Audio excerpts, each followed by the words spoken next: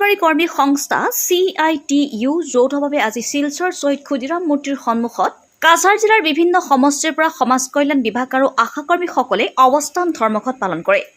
আকাশ বতাহ মুখৰিত কৰি অসম চৰকাৰ মুৰ্দাবাদ লৈ চৈ ধ্বনি মুখৰ কৰি তোলে। আলাপ আলোচনা চালিয়ে আসছে,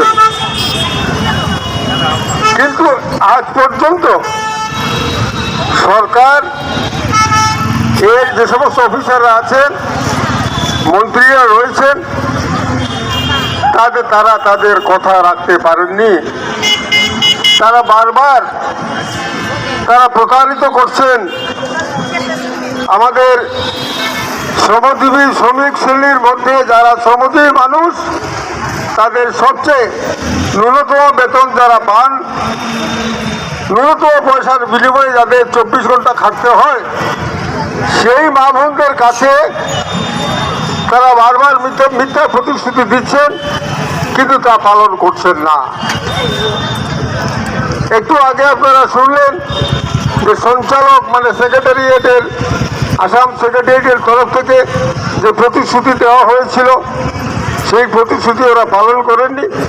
এবং আন্দোলন যখন দিবারাত্র চলল, তখন অজন্তা নিয়োগ সংশ্লিষ্ট বিভাগের মন্ত্রী অঙ্গনওয়াড়ি রাজ্য নেতৃত্বকে ডেকে নিয়ে যান তার কাছে, কিন্তু তিনি কোনো সমাধান সূত্র দেননি, কোনো আলোচনা করেননি।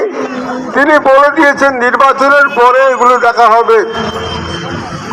এটা একটা দায়িত্বজ্ঞানহীন। আজি সংবাদ মাধ্যমৰ যোগেদি তেওঁলোকে কয় যে মজুৰি দিবলৈ কেন্দ্ৰ আৰু ৰাজ্য চৰকাৰ দৃষ্টি আকৰ্ষণ কৰে আৰু আনহাতে আন্দোলন চলি থাকিব বুলি হুংকাৰ দিয়ে। আন্দোলন গত দিশপুরে